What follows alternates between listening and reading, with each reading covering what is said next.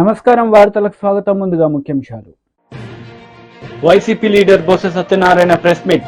జగన్ రెడ్డి మళ్లీ 9న ప్రమాణ స్వీకారం చేస్తారని ధీమా వ్యక్తం. Congress leader Shabbir Ali press meet. పలు అంశాలపై వివరణ.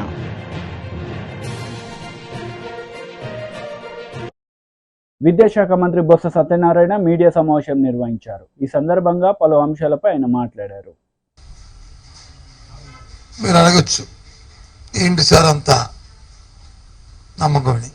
ఎస్, 5 సంవత్సరాలు ఏదైతే ప్రజలతో మమేకమై ప్రజా అవసరాలు ఏమున్నాయో వాటికి అనుగుణంగా వారి జీవన ప్రమాణాలు పెరిగే విధంగా చేసిన ప్రతి కార్యక్రమం, తీసుకున్న ప్రతి నిర్ణయం వారి తాలూకా ఆర్థిక పరిస్థితి మెరుగుపడమే కాకుండా సమాజంలో, సంఘంలో ఒక గౌరవాన్ని కూడా ప్రతి సామాన్య పౌరుడికి వచ్చింది. ముఖ్యంగా మహిళలకి పెద్ద ఎత్తున అభిమానాన్ని గత ప్రభుత్వంలో చెప్పుకునే పరిస్థితులు ఉండేవి. ఇప్పుడు వాళ్ళకి ఆ పరిస్థితులు లేకుండా ఆత్మాభిమానం పెంపొందించుకుంటూ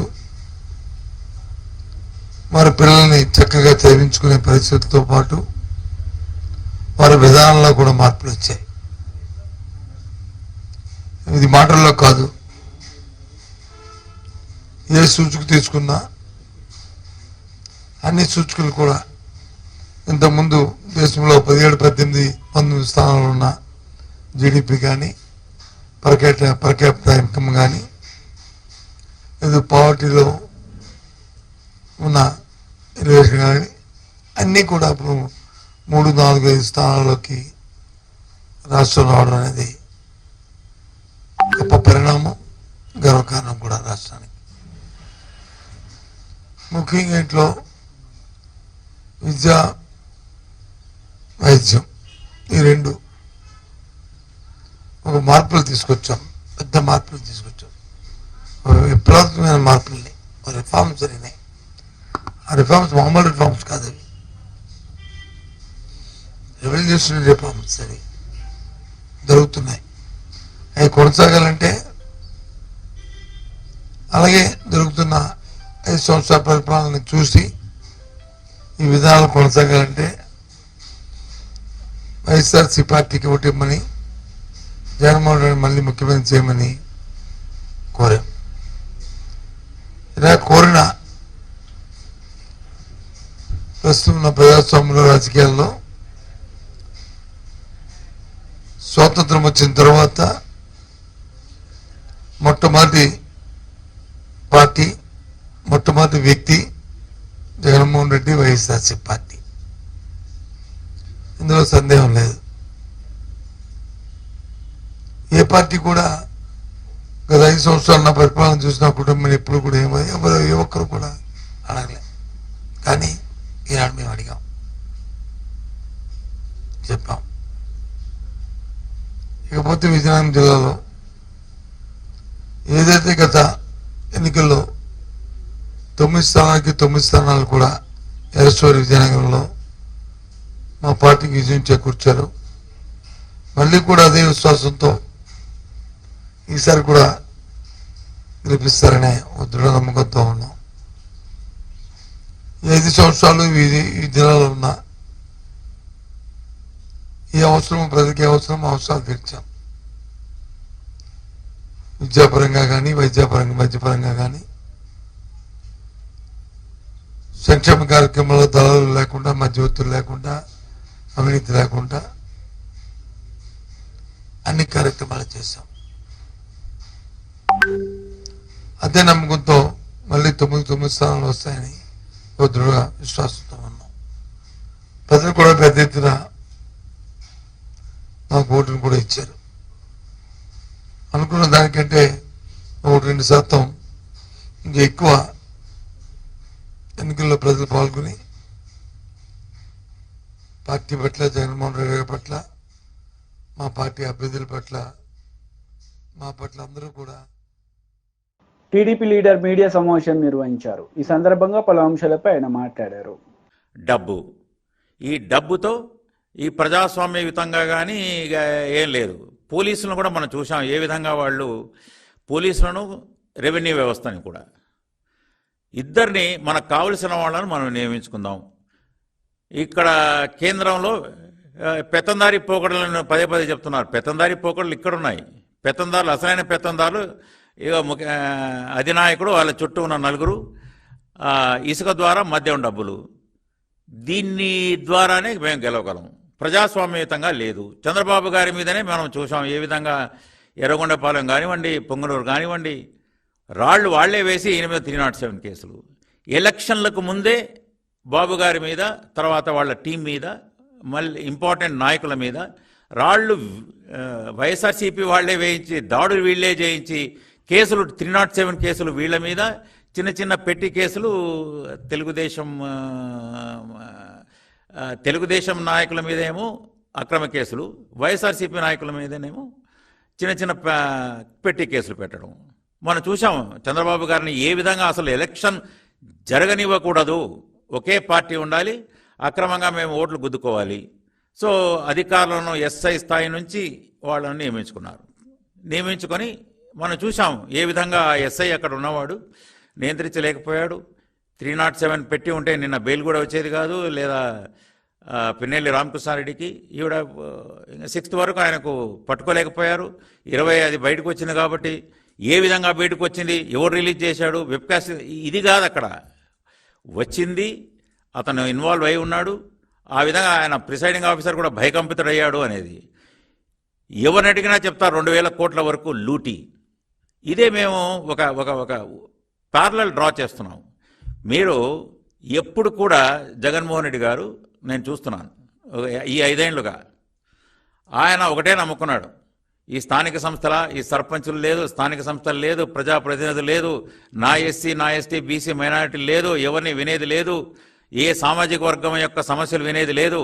కేవలం ఏ విధంగా ఎలక్షన్లు గెలవాలి, ఇక్కడ ఏదో బటన్ నొక్కడం, లేదా ప్రజాప్రతినిధులు కానీ మనుషులు కానీ కలిసేది లేదు. ఏదో బటన్ నొక్కుతున్నా మిగతావి ఇదిగో అక్రమ మద్యం, తర్వాత లిక్కరు, దీని మీద దోపిడీలు, తద్వారా ఈ దోపిడీ డబ్బును ఎలక్షన్లలో ఖర్చు పెట్టి గెలవాలనే కుటిల ప్రయత్నం. దానికి ఒత్తాసుగా అనువైన అధికారులు వాళ్ళ రెవెన్యూలో కానీ పోలీసులు కానీ నియమించుకోవడం. దీనికి ఈసీ బ్రేక్ వేసినప్పుడు వీళ్లకు ఒక రకమైన వాళ్ళ యొక్క మానసిక సంతుల్యం దెబ్బతినడం. అయ్యా నేను ఒకటి చెప్తున్నా, 2019లో కూడా వీళ్ళు వెళ్ళి చాలా కంప్లైంట్స్ ఇచ్చారు. చంద్రబాబు గారి ప్రభుత్వంలో ఉన్నప్పుడు అనేక మంది అధికారులు మార్చారు. మీరు 151 సీట్లు గెలిచినప్పుడు మీరు మాట్లాడలేదు ఏమి. చంద్రబాబు గారు హయాంలో కూడా 2019 నేనున్నాను కదా, అప్పుడు నేను వైఎస్ఆర్సీపీలో ఉన్నాను. అప్పుడు నేను ఒక అధికారిగా అప్పుడే రిటైర్ అయ్యాను. మార్చినప్పుడు కూడా ఎవరు మాట్లాడలేదు. ఎన్నికలు సజావుగా జరిగాయి. ఎక్కడ దౌర్జన్యాలు జరగలేదు. అది పల్నాడు కానివ్వండి, రాయలసీమ కానివ్వండి, అది తాటిపత్రి కానివ్వండి, లేకపోతే మాచర్ల కానివ్వండి, ఎక్కడ ఒక్క సంఘటన కూడా జరగలేదు. లేని ఫ్యాక్షనిజాన్ని, లేని కార్చిచ్చులను ఇప్పుడు రగిలించారు కేవలం వీళ్ళ ఎలక్షన్ కోసం. ఇది ఆ డిఎస్పీ చైతన్యాన్ని నేను చూశాను తాడిపత్రిలో. ఆయన ఇప్పటికీ ఎవరు పిలిచారో, ఎవరు రమ్మన్నారో ఇంతవరకు అధికారుల దగ్గర సమాధానం లేదు. అసలు 307లు ఎందుకు పెట్టలేదు, ఊళ్ళు ఖాళీ అయ్యాయి. ఒక సుమారుగా 6 కాంగ్రెస్ నేతలు మీడియా సమావేశం నిర్వహించారు. ఈ సందర్భంగా పలు అంశాలపై వారు మాట్లాడారు. వాళ్లకు పానిక్ చేయకుండా అప్పర్ కాస్ట్కు మరి బీసీ కాస్ట్లలో కొట్లాడబెడుతున్నారు. నా లెటర్లో నేను డైరెక్ట్గా చెప్పినాను, అయ్యా మేము రిజర్వేషన్ ఇచ్చే ముందు 2004 కంటే ముందు మన స్టేట్లో బ్యాక్వర్డ్ క్లాస్కు 25% రిజర్వేషన్, ఎస్సీస్కు 16%, ఎస్టీస్కు 6%. దీన్ని బట్టి టోటల్ 46% రిజర్వేషన్ ఉంది. 46% ఉంటే మేము 5 ఇచ్చినాం. 2004లో 51 అయింది. High court justice Sudarshan Reddy bench ఏమన్నారంటే 50% కంటే మించొద్దు, మీరు 1% తగ్గించి మళ్ళీ చేంజ్ చేసుకొని రండి అంటే 1% తగ్గించి 5కు 4 చేస్తే 46+4 ఎవరిది ఒక బీసీ సోదరుది కానీ, ఒక దళిత్ సోదరుది కానీ, ఒక ఎస్టీ సోదరుది కానీ ఎవరిది కూడా ఒక రిజర్వేషన్ మేము ఎవరిని తీసుకోలేదు. అలాంటి టైంలో మోదీ గారు దేశ ప్రధానమంత్రి అండ్ అమిత్ షా గారు మాటికి ఎలక్షన్లో మాట్లాడి దేశంలో చిచ్చు పెడుతున్నారు హిందూ ముస్లిం అని.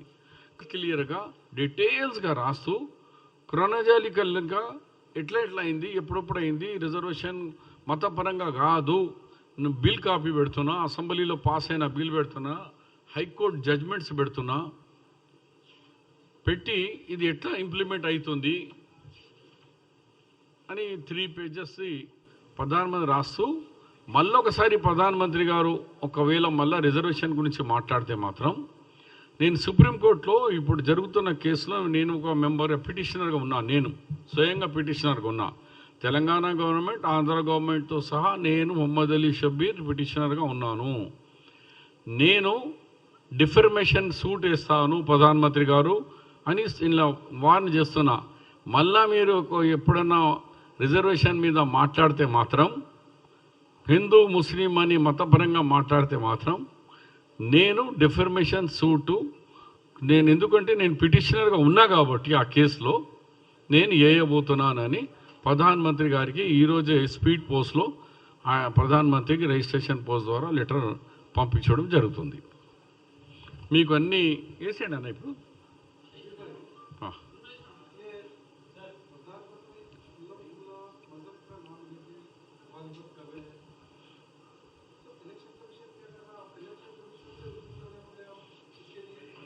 इलेक्शन कमीशन तो सबको मालूम है कि इलेक्शन कमीशन का क्या काम क्या हो रहा है, आप देख रहे हैं. तो मैं कह रहा हूँ कि सुप्रीम कोर्ट में मैटर इज सब जुडिस है, तो सुप्रीम कोर्ट इलेक्शन कमीशन से भी बड़ा है और ये मैटर 5 जजेस के सामने अभी पेंडिंग है, फैसला नहीं हुआ. तो ये मैटर सब जुडिस रहे जब उसके ऊपर पब्लिकली नहीं बोल सकते. इससे पहले अमित शाह जी यहाँ पर इलेक्शन में बोल के गए थे म्यूनसिपल इलेक्शन में, तो हमने पिटीशन दिया. तो सुप्रीम कोर्ट के एडवोकेट ने वहाँ सुप्रीम कोर्ट ने बुला के पूछा कि आपको किसने राइट दिया कि पब्लिकली आप आकर रिजर्वेशन, जबकि अदालत में पेंडिंग है, अदालतों का फैसला भी आप आवाम में कर रहे हैं क्या? वो तो अमित शाह के एडवोकेट उन्होंने कहा कि नहीं हमारे होम मिनिस्टर ने ऐसा नहीं कहा, तो मसला पेंडिंग हो गया. लेकिन इस इलेक्शन तो पूरा उसी पे चला, यानी SC ST BC मुस्लिम रिजर्वेशन पे. एक देश का प्रधानमंत्री ये नहीं बोल सकता कि मैं मुसलमानों को रिजर्वेशन को ख़त्म कर दूंगा. और हम बोल रहे हैं कि ये मज़हब के नाम पे रिजर्वेशन नहीं दिए हम ये उनकी जो बैकवर्डनेस है, उनका जो समाजी पिछड़ापन है, उसको देख कर दिए हैं. अब सैयद को नहीं है, खान को नहीं है, पठान को नहीं है, मुग़ल को नहीं है, इस तरीके से शिया को नहीं है, बहुत सारे लोगों को नहीं है रिजर्वेशन. जो लोग पेशे से हैं, हजाम है, धोबी है, खसाब है, चमड़े वाले साहब है, सांपों वाले हैं, पत्थर फोड़ने वाले हैं, बंदर को खिलाने वाले हैं, रीछों को नचाने वाले हैं, उन्हीं लोगों को रिजर्वेशन दिया गया है. फिर उसके बाद प्रधानमंत्री या पढ़कर झूठ बोल रहे, तो इसीलिए मैंने डॉक्यूमेंट्री प्रूफ के तौर पर लेटर में देकर वार्निंग में लिख रहा हूँ कि प्राइम मिनिस्टर जी बहुत हो गया. अब अगर इसके बाद तुमने निकाले तो एक तो अदालत की तौहीन कर रहे, और अदालत के अंदर जो पेंडिंग है वो इश्यू को तुम पब्लिकली बात कर रहे. మాజీ మంత్రి కేటీఆర్ మీడియా సమావేశం నిర్వహించారు. ఈ సందర్భంగా పలు అంశాలపై ఆయన మాట్లాడారు. వరకు చల్లబడ్డాడు మనిషి. ఏమైంది మరి? డిసెంబర్ 9 పోయింది, జనవరి 9 పోయింది, ఫిబ్రవరి 9 పోయింది, మార్చి పోయింది, ఏప్రిల్ పోయింది, మే కూడా పోయింది. ఇంకో 2 రోజులు అయితే జూన్ 9 వస్తుంది. 6 నెలలు నిండుతాయి. అయిందా రుణమాఫీ? అయిందా ఎవరికన్నా రాష్ట్రంలో? ఇంకేం చెప్పిండు? 500 బోనస్ ఇస్తా కింటాల్కు. దేవరకొండలో వడ్లు వండుతాయా? వండుతాయా? పండే ఇక్కడ దొడ్డు వడ్లు వండిస్తారా, సన్న వడ్ల? 85-90% దొడ్డు బియ్యమే వండిస్తారు. ఒక పంట మాత్రం కొంతమంది ఒక 10-15% మంది సన్న బియ్యం పండిస్తారు. ఎంత మోసం, ఎంత దొంగలంటే కాంగ్రెస్ వాళ్ళు క్వింటాల్కి 500 బోనస్ అన్నాడు. అప్పుడు చెప్పలే దొడ్డు వడ్లు అని చెప్పలే, సన్న వడ్లు అని చెప్పలే. మేనిఫెస్టోలో ఏం రాసిండు అన్న రాసి పెట్టిండు. ఇవాళ క్వింటాల్ వడ్లకు ఎంఎస్పి 2183 ఉంది. రేపు నా ప్రభుత్వం వస్తే 500 అదనంగా ఇస్తా, రెండు కలిపితే 2683 రూపాయలు మీకు వస్తుందని చెప్పిండు. ఇక్కడ మీరందరు రైతు బిడ్డలే కాబట్టి నేను అడుగుతున్నా, 2183 ఎంఎస్పి దేనికి? సన్నవడ్లకా దొడ్డు వడ్లకా? దొడ్డు వడ్లకు. సన్నవడ్లకు 20 రూపాయలు ఎక్కువ ఉంటుంది ఎంఎస్పి. వాడు పెట్టిందేమో దొడ్డు వడ్లకు బోనస్ ఇస్తా అని మేనిఫెస్టోలో పెట్టిండు. 2183 అంటే దొడ్డు వడ్ల ఎంఎస్పి పెట్టి దాని మీదకెళ్ళి 500 ఇస్తా అని చెప్పి నిన్నగాక మొన్న క్యాబినెట్ అయిపోయిన తర్వాత సావు కబురు సల్లగా చెప్తున్నాడు. ఏమన్నాడు? ఏమేం బోనస్ అనేది సన్నవడ్లకే ఇస్తామంటున్నాడు. ఎంత మోసం అంటే, సన్నవడ్లు పండించే రైతులకు తెలుసు, వాళ్ళకు మార్కెట్ బాగుంటే అప్పుడప్పుడు 3000 రూపాయల దాకా వస్తుంది సన్నవడ్లు. వానికి ఏ బోనస్ అవసరం లేదు సన్నవడ్లు పండించడానికి. ఎందుకంటే మార్కెట్లో మంచిగా మిల్లర్ వస్తాడు, కళ్ళంకాడికి వస్తాడు, వాడే కొంట పోతాడు, 3000 రూపాయలు తీసుకొని పోతాడు అవసరమైతే మార్కెట్ బాగుంటుంది. అప్పుడప్పుడు 27 వస్తుంది, అప్పుడప్పుడు 25 వస్తుంది, అప్పుడప్పుడు టైం బాగుంటే 3000 దాకా కూడా వస్తుంది. వానికి బోనస్ అవసరం లేదు, ఏం లేదు. మరి ఇప్పుడు కాంగ్రెస్ ప్రభుత్వం యొక్క డొల్లతనం, వాళ్ళ దివాలాకోరు రాజకీయం, వాళ్ళ చిల్లరతనం ఏంది అంటే, అవసరం ఉన్నోనికేమో ఇయ్యరంట.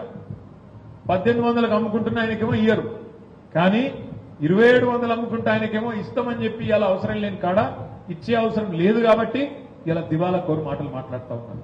అదే విధంగా ఇంకొక మాట చెప్పిండు రేవంత్ రెడ్డి, కేసీఆర్ 10,000 ఇస్తుండు, నేను 15,000 ఇస్తా, రైతు బంధు కాదు రైతు భరోసా ఇస్తా అన్నాడు. పడుతుందా రైతు బంధు? పడ్డదా? పడ్డది. ఎప్పుడు పడ్డది? కేసీఆర్ ఏమో నాట్లు వేసినప్పుడు ఇస్తుండే రైతు బంధు, రేవంత్ రెడ్డి ఓట్లు వేసినప్పుడు ఇస్తాడు. నిన్నగాక మొన్న పార్లమెంట్ ఎలక్షన్ లో ఓట్లు పడేటప్పుడు గప్పుడు, అంటే పంటలు కోసేటప్పుడు ఇస్తాడంట రైతు బంధు మొగోడు. అదేవిధంగా జరను వాగురావు జర ఇంకొక మాట ఏమన్నాడు రేవంత్ రెడ్డి? రైతు బంధు కేసీఆర్ భూములకే ఇస్తున్నాడు, కౌలు రైతులకు పట్టించుకుంటలేడు, పేద గిరిజనులు దళితులు రైతు కూలీలు ఉన్నారు వాళ్ళకు పట్టించుకుంటలేడు, వాళ్ళకు కూడా ఇస్తా అన్నాడు. రైతు భరోసా అన్నాడు, కౌలు రైతులకు కూడా 15,000 అన్నాడు, రైతు కూలీలకు నెలకు 1000 అన్నాడు.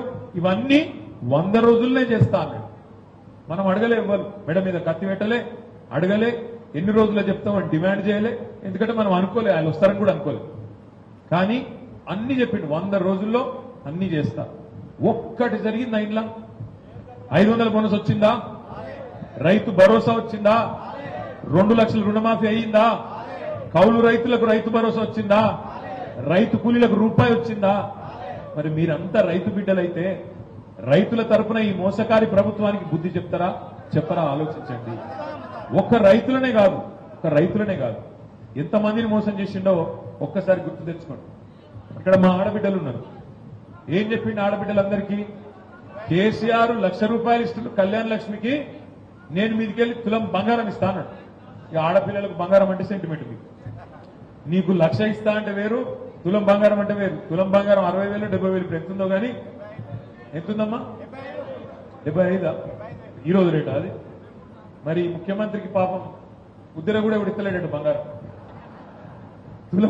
తులం బంగారం అన్నాడు. ఫిబ్రవరి మార్చ్ ఏప్రిల్ 1,50,000 పెళ్లిలైనవి, 1,50,000 పెళ్లిలైనవి. వచ్చిందా తులం బంగారం? ఇవాళ రేవంత్ రెడ్డి 1,50,000 తులాల బంగారం బాకీ ఉన్నాడు ఆడబిడ్డలకు. నేనైతే చెప్తున్నా మీకు, ఇవాళ మళ్ళీ చెప్తున్నా, దేవరకొండలో యాద పెట్టుకోండి, తులం బంగారం కాదు తులం ఇనుము గుడి ఏడువాడు. పచ్చి మోసగాడు. ఓట్లు వేయించుకుంటా అంటే మళ్ళీ 4 ఏళ్లకే. నేను ఇప్పుడు ఇంకొక మాట చెప్పిన, మీరు ఇన్లే. కేసీఆర్ ఏమో నాట్లప్పుడు ఎత్తాడు రైతు బంధు, ఓట్లప్పుడు అని చెప్పిన. ఓట్లు అయిపోయినాయి, ఇంకా 4 ఏళ్ల దాకా ఓట్లు లేవు. ఇక రైతు బంధు కూడా రాదు, ఎగ్గొట్టుడే తప్ప ఇచ్చే ఉద్దేశం లేదు. ఆడపిల్లలకు స్కూటీలు ఇస్తా అన్నాడు. వచ్చినాయా స్కూటీలు? స్కూటీలు రాలే కానీ కాంగ్రెస్ లో లూటీ చాలు అయింది. ఉత్తమ్ కుమార్ రెడ్డి ట్యాక్స్ అట, రేవంత్ రెడ్డి ట్యాక్స్ అట, భట్టి గారి ట్యాక్స్ అట, B tax, R tax, U tax, Bru tax. Bru coffee తెలుసు మనకు, ఇప్పుడు బ్రూ ట్యాక్స్ మొదలైంది కొత్తది, బ్రూ ట్యాక్స్. ఆ ట్యాక్సులు మొదలైన 3 ఎందుకంటే ఢిల్లీకి పంపాలి కదా సంచులు, కాబట్టి 3 రకాల పన్నులు సామంతరాజులు కప్పం కట్టాలి కాబట్టి ఢిల్లీకి, అవి చాలైనవి. ఇంకో దిక్కు మీరందరూ గ్రాడ్యుయేట్ చదువుకున్న పిల్లలు, కొంతమంది ప్రైవేట్ రంగంలో ఉద్యోగాలు చేస్తున్న వాళ్ళు ఉన్నారు, కొంతమంది నిరుద్యోగులు ఉన్నారు, కొంతమంది పోటీ పరీక్షలకు ప్రిపేర్ అవుతున్న వాళ్ళు ఉన్నారు, కొంతమంది వ్యవసాయం చేస్తున్న వాళ్ళు ఉన్నారు. నేను మిమ్మల్ని అడుగుతా ఉన్నాను, ఏం చెప్పిండు రేవంత్ రెడ్డి గారు? 2 లక్షల ఉద్యోగాలు ఇస్తా మొదటి సంవత్సరంలో అన్నాడు. నేను వచ్చిన మొదటి సంవత్సరంలో 2 లక్షల ఉద్యోగాలు ఇస్తా అన్నాడు. నాకు తెలిసి నాకున్న పరిజ్ఞానం మేరకు, నేను కూడా 18 ఏళ్ళు అయింది రాజకీయాల్లోకి వచ్చి, ఇప్పుడు ఎమ్మెల్యే అయ్యి కూడా దాదాపు 16 ఏళ్ళు అయింది. నాకు తెలిసిన పరిజ్ఞానం మేరకు ఒక ఉద్యోగం ప్రభుత్వంలో ఇవ్వాలి అంటే ముందు నోటిఫికేషన్ ఇవ్వాలి, తర్వాత రిటన్ టెస్ట్ పెట్టాలి, మూడవది అవసరమైతే ఇంటర్వ్యూ పెట్టాలి, పెట్టి తర్వాత ఎవరైతే సెలెక్ట్ అవుతారో వాళ్ళకి అపాయింట్మెంట్ లెటర్లు ఇవ్వాలి. రేవంత్ రెడ్డి గారు ఎంత గొప్పోడంటే రిటన్ టెస్ట్ ఇప్పటివరకు ఒకటి కాలే. నోటిఫికేషన్ వచ్చిందా? ఒకటన్నా ఒక్క నోటిఫికేషన్ అన్న వచ్చిందా? రాలే. రిటన్ టెస్ట్ కాలే, ఇంటర్వ్యూ అంతకంటే కాలే. కానీ 30,000 ఉద్యోగాలు ఇచ్చేసినారు. అంటే పెళ్లి కాలే, సంసారం చేయలే, పిల్లలు మాత్రం. బీజేపీ లీడర్ మీడియా సమావేశం నిర్వహించారు. ఈ సందర్భంగా పలు అంశాలపై ఆయన మాట్లాడారు. ఏర్పాటు చేస్తామని ఈ 4 హామీలు ప్రత్యేకంగా బీసీలకు ఇవ్వటం జరిగింది. కానీ మొదటి అసెంబ్లీ అయిపోయింది, జాడలేదు. సివిల్ కన్స్ట్రక్షన్స్, మెయింటెనెన్స్లో రిజర్వేషను జాడలేదు. ఇప్పుడు కుట్రపూరితంగా ఈ యొక్క బీసీ ఇచ్చిన హామీని తుంగలో దొక్కుతూ ఈరోజు స్థానిక సంస్థలో కులగణన చేపట్టకుండానే, బీసీ రిజర్వేషన్ 42% పెంచకుండానే సర్పంచ్ స్థానిక ఎన్నికలు, రూరల్ గ్రామీణ స్థానిక ఎన్నికల్లో ఎన్నికలకు పోవటానికి రేవంత్ రెడ్డి గారు కుట్ర చేస్తున్నారు. దీన్ని మేము బీజేపీ తరఫున తీవ్రంగా ఖండిస్తున్నాం. తీవ్రంగా ఖండించడమే కాకుండా తీవ్రంగా ప్రతిఘటిస్తామని తెలియజేస్తున్నాం. ఈరోజు ముఖ్యమంత్రి పదవి బీసీలు వేసిన భిక్ష. ఒక్కొక్క నియోజకవర్గంలో 30,000, 40,000, 50,000, 70,000 మెజార్టీ కాంగ్రెస్ పార్టీ ఇచ్చిందంటే బీసీలు వేసినటువంటి భిక్ష. బీసీలు వేసినటువంటి ఓట్లతో ఈరోజు మీరు పదవులు అనుభవిస్తూ ఇచ్చిన హామీని తుంగలో తొక్కడానికి ప్రయత్నం చేస్తే బీజేపీ పార్టీ ఎట్టి పరిస్థితుల్లో ఊరుకోదు. మా ఓబీసీ మోర్చా అధ్యక్షులు ఆనంద్ గౌడ్ గారు ఉన్నారు, మా కిషన్ రెడ్డి గారు ఉన్నారు, జాతీయ నాయకత్వం ఉంది. వారి యొక్క మార్గదర్శనంలో దీన్ని ప్రతిఘటించి ప్రజా పోరాటం చేయక తప్పదు. అవసరమైతే మిలియన్ మార్చ్ తరహాలో అసెంబ్లీ ముట్టడి కూడా చేయటం జరుగుతుందని హెచ్చరిస్తూ ఇచ్చిన మాటకు కట్టుబడాలని మేము డిమాండ్ చేస్తున్నాం. రాహుల్ గాంధీ పదే కిత్నా ఆబాదీ ఉత్నా వాటా అని తిరుగుతూ ఉంటాడు, దేశ దిమ్మర్లాగా తిరుగుతూ ఉంటాడు. బీసీల కులగణన చేయాలి, బీసీలకు ఎంత ఉందో అంత రిజర్వేషన్. ఇంట గెలిచి రచ్చగలు నీ ప్రభుత్వం ఉంది కదా, ఇక్కడ హామీ ఇచ్చే నీ ప్రభుత్వం వచ్చింది కదా. నేను రాహుల్ గాంధీ గారి డిమాండ్ చేస్తున్నా, మీకేమన్నా చిత్తశుద్ధి ఉంటే మీరు వాడే పదాలలో, మీరు చేసినటువంటి వ్యాఖ్యలో చిత్తశుద్ధి ఉంటే బీసీలకు సంబంధించిన మీ యొక్క ప్రమాణ పత్రంలో, మేనిఫెస్టోలో అమలు చేసినటువంటి కుల గణన 42% లోకల్ బాడీస్లో రిజర్వేషన్ చేసి తర్వాత మీరు మాట్లాడాలి, లేకుంటే మీకు అర్హత లేదు. కానీ బీజేపీ పార్టీ ఎలాంటి హామీ లేకుండానే ఒక బీసీని ప్రధానమంత్రి చేసింది. గత అసెంబ్లీలో బీజేపీ ప్రభుత్వం ఏర్పాటు చేస్తే బీసీని ముఖ్యమంత్రి చేస్తామని హామీ ఇచ్చింది. కేంద్ర ప్రభుత్వంలో 27% మంత్రుల్ని బీసీలను చేసింది. అత్యధిక మంచి శాఖల్ని బీసీలకు కేటాయించింది. మాజీ మంత్రి హరీష్ రావు మీడియా సమావేశం నిర్వహించారు. ఈ సందర్భంగా పలు అంశాలపై ఆయన మాట్లాడారు. బాండ్ పేపర్లు వంచిండ్రు. బాండ్ పేపర్ల మీద ఒక దిక్కు బట్టి సంతకం పెట్టిండు, ఇంకో దిక్కు రేవంత్ సంతకం పెట్టిండు. ఇద్దరు సంతకం పెట్టిండ్రు, నమ్మించిండ్రు, కాళ్ళల్లో పట్టిండ్రు, చేతులల్లో పట్టిండ్రు. 100 రోజుల్లో ఇచ్చేది ఖాయమన్నారు, నమ్మించి మోసం చేసిండ్రు. నిజంగా అమలైనయా? 6 గ్యారెంటీలు అమలైనయా? 100 రోజులు పోయి 180 రోజులకు వచ్చింది. ఏమైనా ఆయన 100 రోజులు దాటినాయంటే మొన్ననే వాళ్ళకి వచ్చినాం కదనే. అని సన్నాయి నొక్కులు నొక్కుతుడు. మరి ఆ రోజు హామీ ఇచ్చినప్పుడు తెలియదా? 100 రోజుల్లో 6 చేస్తాం అనలేదా? అయినే 6 అయినాయే.